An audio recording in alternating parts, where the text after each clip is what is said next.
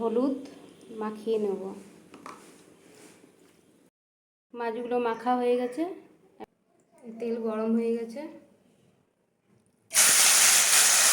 মাছগুলো ছেড়ে দেব। মাছটা ভাজা হয়ে গেছে, উঠিয়ে নিয়েছি। তেলের মধ্যে কালো জিরা দিয়ে দিলাম, পেঁয়াজ দিয়ে দিলাম,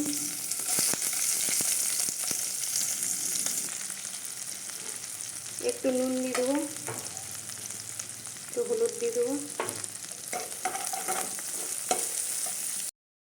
পেঁয়াজটা ভাজা হয়ে গেছে, এরপর সরষা বাটাটা দিয়ে দেবো।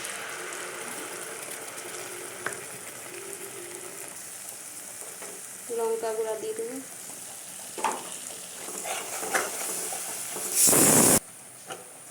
মাছ ভাজাগুলো দিয়ে দেবো।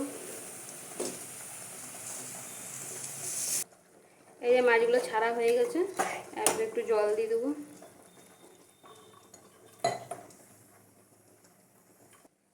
এই যে মাছগুলো সব ছেড়ে দিয়েছি।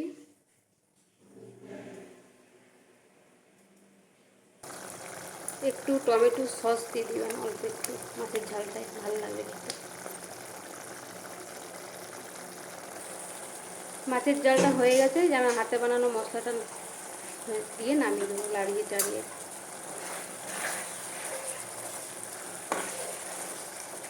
আমার চুনা মাছের ঝালটা হয়ে গেছে।